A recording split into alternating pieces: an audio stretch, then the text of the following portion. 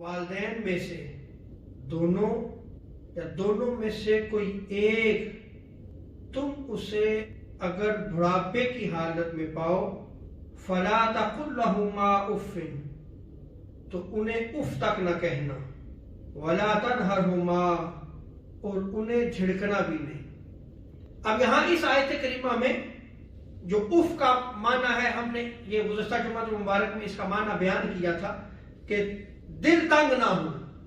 اور کوئی معمولی سی بات بھی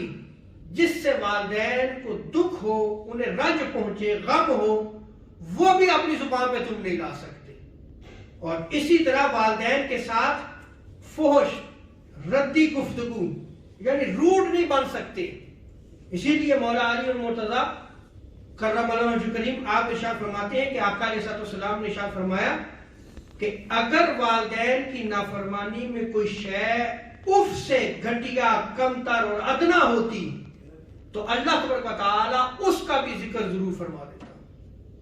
اور اللہ تبارک و تعالیٰ کے اس فرمان فلا تقل اف، اس فرمان کی وجہ سے تمام اذیتیں، تکلیفیں بطریق اولا حرام ہوگی کہ تم والدین کو کوئی بھی تکلیف نہیں پہنچا سکتے، کوئی اذیت نہیں دے سکتے۔ جیسے والدین کو گالی دینا، والدین کے ساتھ روٹ بننا، فحش گفتگو کرنا، کرخت لہجے میں گفتگو کرنا، یا اللہ تعالیٰ معاف کرے ان کو مارنا، پیٹنا، دھکے دے کر گھر سے باہر نکال دینا، یا والدین سے قطع تعلق کر لینا، یہ تمام چیزیں